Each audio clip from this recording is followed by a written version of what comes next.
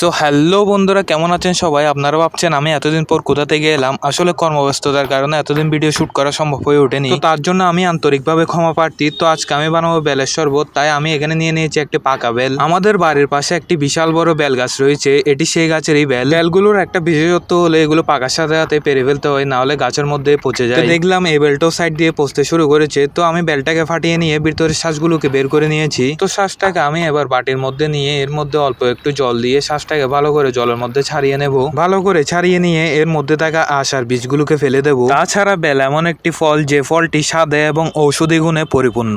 যেহেতু গরম এসেই পড়েছে, তাই এই গরমে শরীর ঠান্ডা রাখতে বেলের শরবতের কোনো জুড়ি নেই। তাছাড়া বেলের শরবত পেটের হজম শক্তি বাড়ায় এবং কোষ্ঠকাঠিন্য দূর করে। এবার এই বেলের পাল্পগুলোকে আমি একটা মিক্সার গ্রাইন্ডারে দিয়ে তার সাথে স্বাদ মতো গুড় মিশিয়ে ভালো করে গ্রাইন্ড করে নেব। যাদের সুগারের সমস্যা রয়েছে তারা চাইলে এই গুড়টা অ্যাভয়েড করতে পারেন। গ্রাইন্ড করার পর দেখুন পাল্পটা কতটা ঘন এবং স্মুথ হয়েছে। এবার একটা বড় ছাঁকনির সাহায্যে আমি এই পাল্পটাকে ভালো করে চেলে নেব। অতিরিক্ত গরমে শরীরের জলশূন্যতা দূর করতে 1 কাপ বেলের শরবতই যথেষ্ট।